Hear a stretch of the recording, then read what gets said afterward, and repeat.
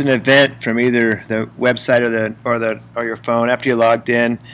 As usual, you'll see this nifty little easy bar up here. So to get to the back end, by the way, all you have to do is click on Bootlegger. But even if you're on the front of it and you see this bar right here, you can just click on there's edit the page or click on the add new. So since we're doing events, you just go up to the plus. And that's for posting blogs. You go down to events, click on events, and same thing as a blog. You just type in the description of the event, basically who's playing there. You don't got to do the date yet or anything like that. The description of the event, what's going on. You can add tags if you want. Then right down here, you just basically scroll on the whole page and fill this all out because you have the event calendar. So if you click on this, you'd pick the start date of the event and the time that it starts, and the AM or PM, and the end date of the event and the time it ends. So if it's the same date, use the same date, just different time. Excuse me.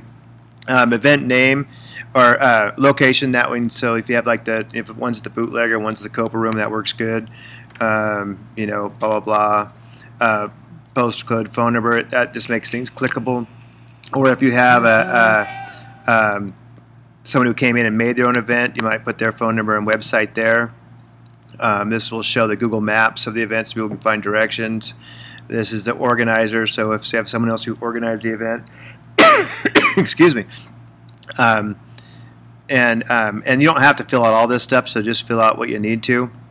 Event website, if it's your website, you don't need to worry about that. You can put in the cost. So you have the cost there, and the oh my God, I need water. So yeah, the cost. Thank you. And that kind of stuff. It'll all show there. The excerpts. You don't need to fill this out, but when you post this and it actually goes up on Twitter and stuff like that, and also on the front, if you want it to say something particular, if you have too much in the description, it'll cut off. So like on the front of your website, it's kind of like a Twitter post. How do you pronounce that again? Excerpts. So the excerpts, yeah, that's where you would make the smaller line if you want to. It's not like you have to. It'll just take the first thing out of the description.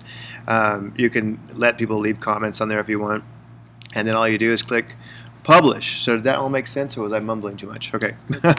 Perfect. So that's it, and then it'll publish the event and show up on the front of the calendar.